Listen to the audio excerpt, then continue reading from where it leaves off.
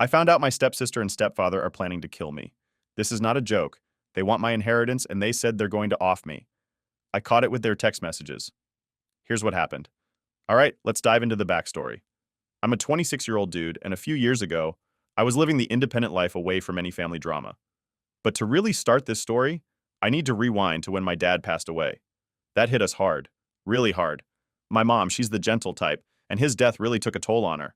Fast forward a bit, and she's remarried to a guy named Carl. Now, Carl, he's got a daughter, Brenda, from his first marriage. I never warmed up to Carl. Something about him just seemed off from the get-go. Maybe it was how quickly he moved in or the way he hovered whenever my mom talked about finances.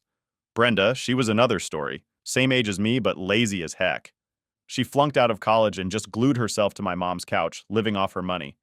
I moved out because I couldn't bear to watch what felt like a slow-motion disaster. Living on my own was like a breath of fresh air.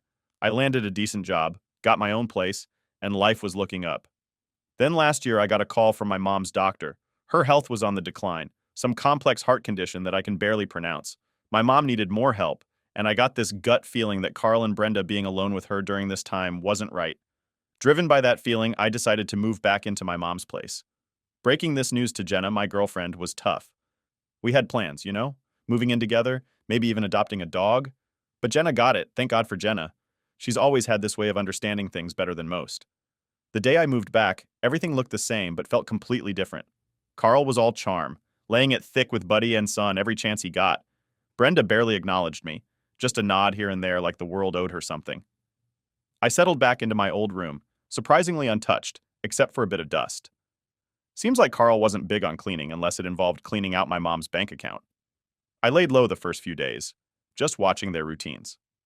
Brenda was a permanent fixture in front of the TV, controller in hand, only moving to eat or sleep. Carl was out a lot, hitting the golf course or brunch with buddies he never mentioned before. Seeing my mom so fragile, man, it was tough. We talked a lot about the old days, about Dad. I steered clear of bringing up Carl or Brenda because every time I did, she'd just sigh and switch topics. Their spending habits were another red flag. Carl sported new golf clubs almost weekly, and Brenda's tech gadgets were always the latest model. They weren't exactly discreet about enjoying the perks of my mom's pension. I started monitoring the finances more closely, just to make sure my mom wasn't being completely taken for a ride. A couple of weeks in, I hired a nurse. Carl's choice of caregiver was about as useful as a chocolate fire guard, so I found Nora, someone with solid credentials who came highly recommended. Carl didn't like that, gave me an earful about how unnecessary it was, but I didn't budge. My mom needed real care, and I was going to make sure she got it. Balancing work and home life turned into a juggling act, but my boss was flexible. Nora was a lifesaver, keeping me updated on my mom's health and managing her meds professionally. It eased my mind a bit, having her around. Then one night I decided it was time to set up a camera in my room. Not that I'm paranoid, but trust was in short supply. It was just a small security camera, hidden away on a shelf. I figured it was more for my peace of mind than anything else. Boy, was I wrong. Little things started to seem out of place. A moved document here, a shifted folder there, nothing huge but enough to raise questions. Then checking the camera footage one evening, I caught them. Carl and Brenda sneaking into my room, searching through my stuff. They looked particularly interested in paperwork, likely about the will or power of attorney. My mom had mentioned wanting to make sure I was taken care of, and it seemed Carl and Brenda had gotten wind of that and were not pleased. I kept the camera rolling, collecting more evidence every day. They were plotting, all right, but exactly what? I wasn't sure yet. All I knew was that I had to protect my mom and myself. I wasn't about to let them win, not under my watch. So, I've been back home for about a month now, and let me tell you, it feels like walking on eggshells. Every day something new pops up that just doesn't sit right with me. Carl and Brenda, they've got this routine down pat. He's out playing golf or meeting up with his so-called buddies. And she's usually locked in her room or shopping online with mom's credit card like it's going out of style. One morning, I was making coffee when I overheard Carl on the phone in the next room. He was speaking in hushed tones, which is unusual for him because he's typically loud enough that you can hear him without even trying. I couldn't catch the whole conversation, but it was something about property and money. Red flags went up all over the place for me. Later that day, when I was supposed to be at work, I stayed back, claiming I had a teleconference. I wanted to see what they'd do when they thought I wasn't around. Brenda slinked out of her room with this smug look on her face and joined Carl in the living room. They didn't notice me peeking from the hallway, started talking about securing their future, and how they needed to handle the situation. I couldn't believe it. They were plotting right there in the open. I knew I needed to keep a closer eye on them, so I set up a couple more cameras in the common areas, one in the living room and another in the dining area. I'm no tech wizard, but Jenna helped me get them set up over the weekend. She was worried sick, but she knew as well as I did that we needed evidence if we were going to protect Mom. Things got weirder the following week. Mom had a good day, one of those when she's almost her old self. We spent some time in the garden, and she talked about Dad and the trips they used to take. I saw Carl watching us from the window, and he didn't look pleased. It's like he hated seeing her happy or something. That night, I reviewed the new camera footage and saw Carl entering Mom's office, a place he usually had no business being. He was rifling through her papers, probably looking for financial documents or the will. I decided it was time to confront Mom about the situation. It was a tough conversation, man. I didn't want to stress her out, but she needed to know. I told her about Carl and Brenda, about the cameras, and what I suspected. Mom was quiet for a long time. Then she just nodded and said she'd been feeling uneasy too, but was too afraid to say anything. She asked me to handle it, to make sure everything was okay. It broke my heart to see her like this, trusting me to fix a mess in her own house. The next day, I took a day off and followed Carl. I know, sounds like some spy movie stuff, but I had to know what he was up to. He met up with a couple of shady-looking characters at a golf club. I couldn't get close enough to hear, but I took some photos. It looked serious. When I got back home, I checked Brenda's room while she was out. Found receipts for stuff she bought with Mom's money. Expensive stuff. Way beyond normal. That evening, I tried to get more info out of Carl casually. Just some small talk about his day. He brushed me off, said he was busy and had things to take care of. Brenda was watching TV, smirking like she knew something I didn't. It was infuriating. A few days later, things came to a head. I got a call from the bank. There had been some large transactions from Mom's account, transactions neither Mom nor I had authorized. I confronted Carl with the evidence. He tried to brush it off, saying he was managing her finances and it was all under control. But I saw right through him. I told him I had set up a meeting with the bank and our lawyer to go over everything. Carl's face went white. He tried to argue, but I was firm. Told him this wasn't up for discussion. Brenda heard the commotion and came down asking what was going on. When I told her, she flipped out, saying I had no right to interfere, but I stood my ground. Mom watched all this from the doorway, and I could tell she was scared, but also relieved that someone was finally standing up to them. That night, I couldn't sleep. I kept replaying everything in my mind, wondering if I was doing the right thing. Jenna called, and we talked for hours. She kept saying I was doing what was necessary, protecting Mom when she couldn't protect herself. It helped, hearing that.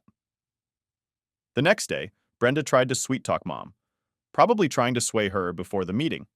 I watched them from the kitchen, ready to step in if Brenda crossed a line. Carl avoided me altogether, which was fine by me. So here we are. The meeting with the bank and the lawyer is tomorrow. I'm nervous, man. It feels like everything's coming to a head, and I don't know what's going to come out of it. But I do know one thing. I'm not backing down.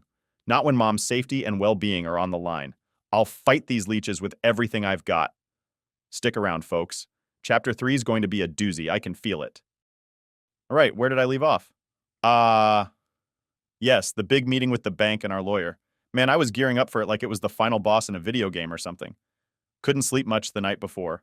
Kept running through all the scenarios in my head. Morning came, and it was go time. I had all the paperwork lined up, all the unauthorized transaction reports printed out, and the camera footage on a USB stick. Felt like a detective or something, gathering all this evidence. Mom was nervous. You could see it. She kept fidgeting with her hands, and every time the phone rang, she'd jump a little.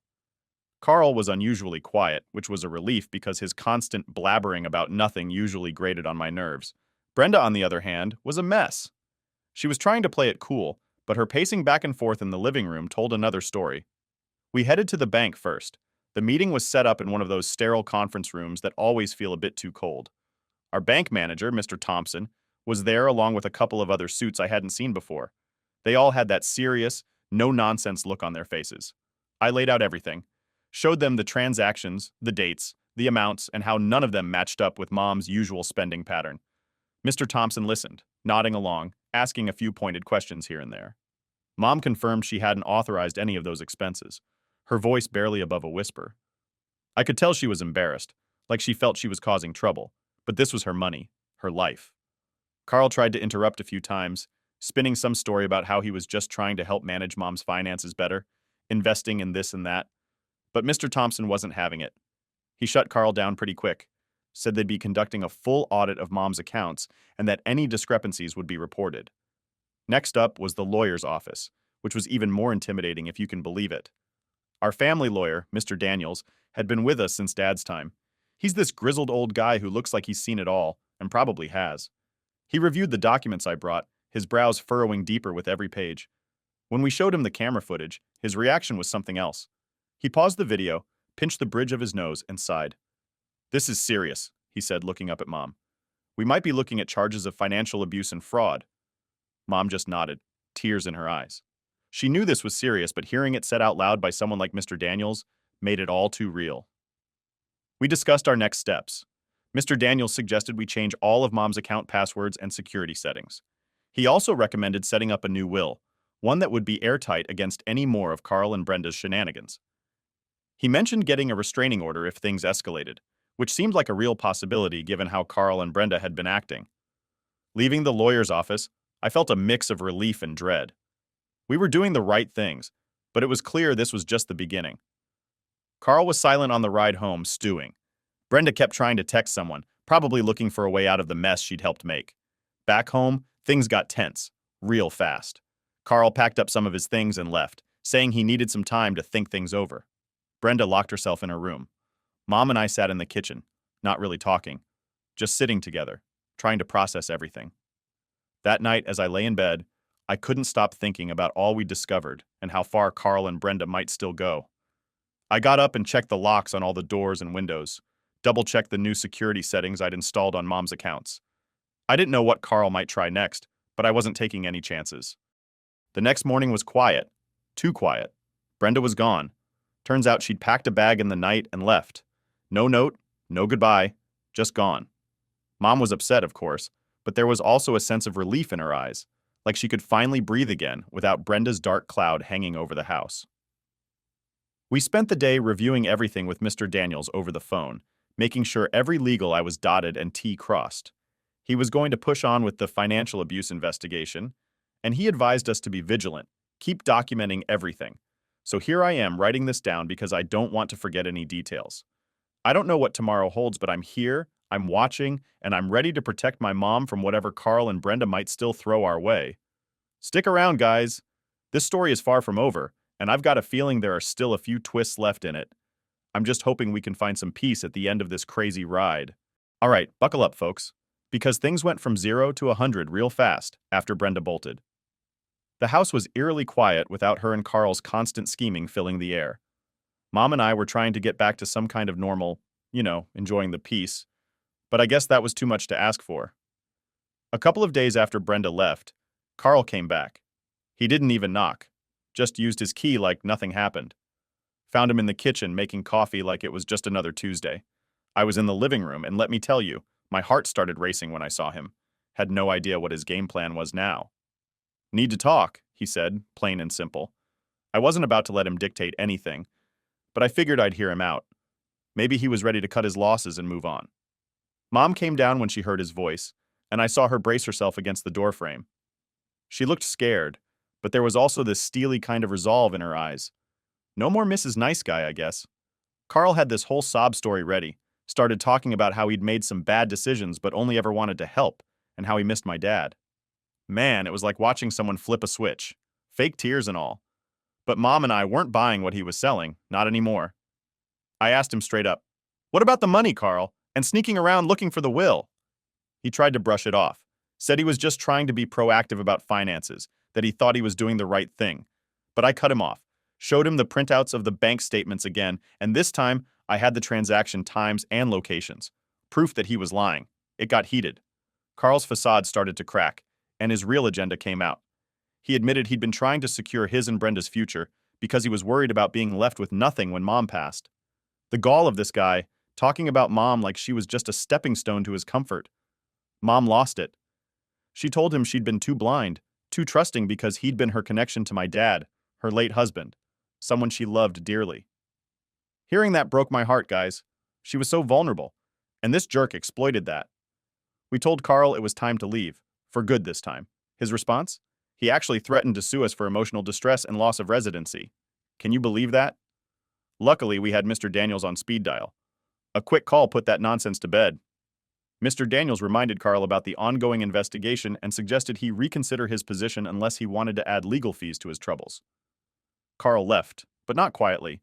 Knocked a chair over on his way out, slammed the door so hard a picture fell off the wall. Mom and I just stood there in the aftermath, kind of shell-shocked. We spent the rest of the day going through every document, every account, making sure Carl hadn't left us any more surprises. That night, we talked a lot about what we'd do next. It was clear we needed a fresh start, some new boundaries.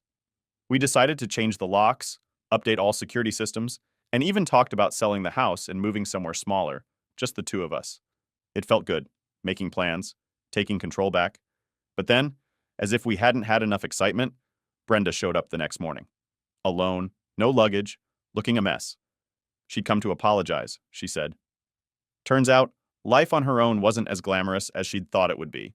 She was broke, her friends had ditched her, and here she was, crawling back. Mom's a softie, always has been.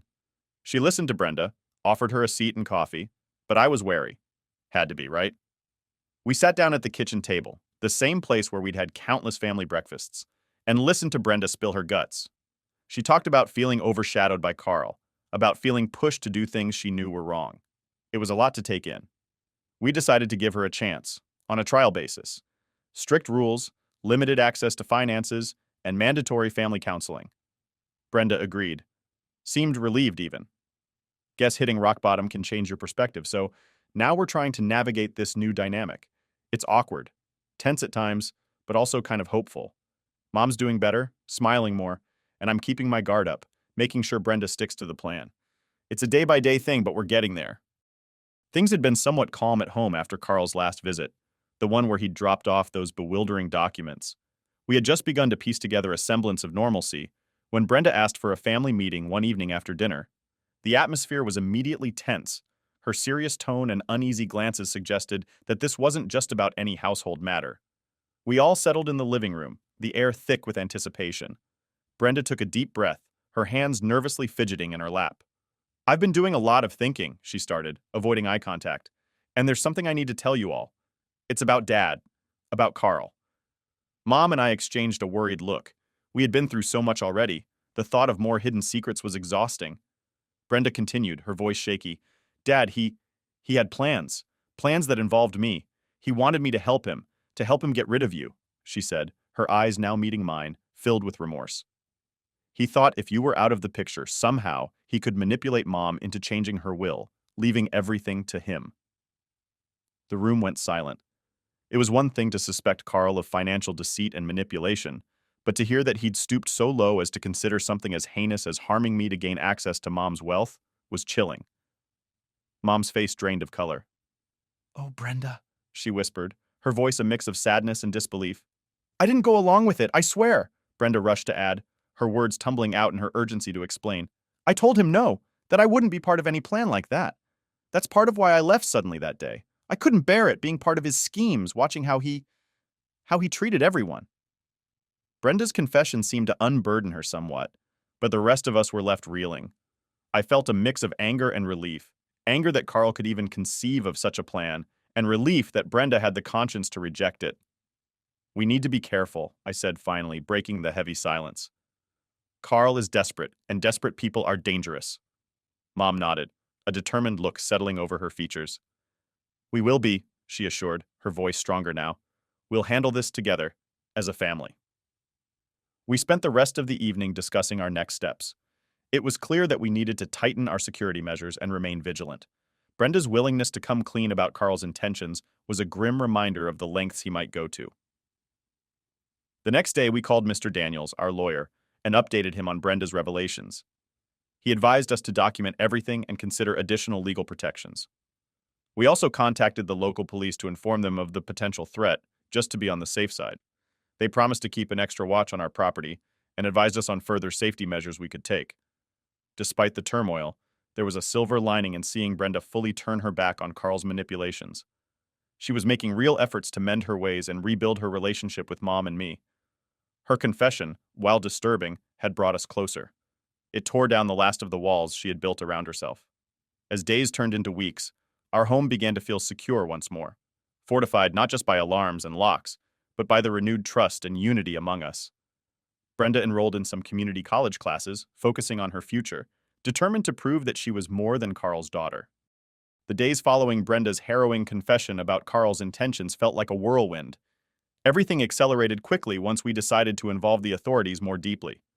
Brenda, carrying the weight of her knowledge, was determined to see justice served, not just for her own redemption, but for the safety and security of our family, especially Mom. After gathering ourselves and ensuring every detail of Brenda's testimony was meticulously documented, we contacted the local police department. The urgency of the situation was palpable as we drove to the station, the silence in the car filled with a mix of anxiety and resolve. Brenda was quiet, but her determination was evident. She was ready to face whatever came next. At the police station, Brenda took a deep breath and relayed her entire story to the officers. She explained how Carl had planned to manipulate and potentially harm me to gain unrestricted access to Mom's finances. The officers listened intently, their expressions a mix of shock and seriousness as they took notes. It was clear that the gravity of her revelations was not lost on them. The police acted swiftly. With Brenda's detailed account and the evidence we had collected over the months, financial records, Carl's erratic behaviors, and threats, the case against him solidified rapidly. They coordinated with our lawyer, Mr. Daniels, who provided additional legal documentation and testimony that corroborated Brenda's claims. Within days, an arrest warrant was issued for Carl. The police caught him at his residence without incident. He seemed resigned, perhaps finally understanding the severity of his actions and the inevitability of facing consequences. News of his arrest spread quickly in our community, a mix of disbelief and relief palpable among those who knew our family. Carl's subsequent trial was a culmination of all the efforts and truths we had painstakingly gathered. Brenda was called to testify, and despite the high emotions of seeing Carl again, she stood strong.